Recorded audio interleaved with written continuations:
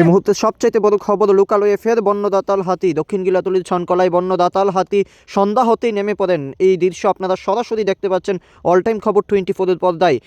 হাতিটি কলাগাছ নিয়ে, যদিও মানুষের ধাওয়ানিতে সে বেগে যায় কলাগাছ নিয়ে, আর নয়তো বাড়িঘরে ঢোকার চেষ্টা করছিল। গতকাল যে বাড়িতে ভাঙচুর করেছিল সাধন বিশ্বাসের, ঠিক সেই বাড়ির সামনেই, এবং সেখান থেকেই কলাগাছ নিয়ে পালায় সেই বন্য হাতিটি। মানুষের দাওয়ানির ফলেই বন্য হাতিটি কলাগাছ নিয়ে কিভাবে পালাচ্ছে আপনারা সেই ছবি সরাসরি দেখতে পাচ্ছেন অল টাইম খবর 24-এর পর্দায়।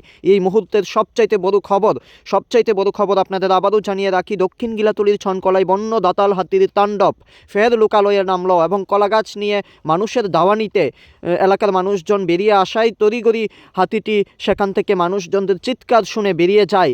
যদিও সেখানে বাজি ফটকার কোনো ব্যবস্থা ছিল না, ফরেস্ট ডিপার্টমেন্ট থেকে বাজি ফটকা দেওয়ার দাবি তুলছেন এলাকাবাসী। এই মুহূর্তের সবচাইতে বড় খবর আপনারা দেখতে পাচ্ছেন, দৈত্য আকৃতি সেই বন্য দাতাল হাতিটি লোকালয়ে, সেই হাতিটি ছনকলার মূল সড়ক ধরে সে আসছিল, এবং সেখান থেকে রাস্তার পাশ থেকেই গত পরশুদিন যেই জায়গাতে কলাগাছ নিয়ে গিয়েছিল, ঠিক সেই জায়গাতে এসে কলাগাছ নিয়েছে, এবং সাধন বিশ্বাসের বাড়িতে ফের তার বাড়ি থেকে দান নেওয়ার চেষ্টা করছিল।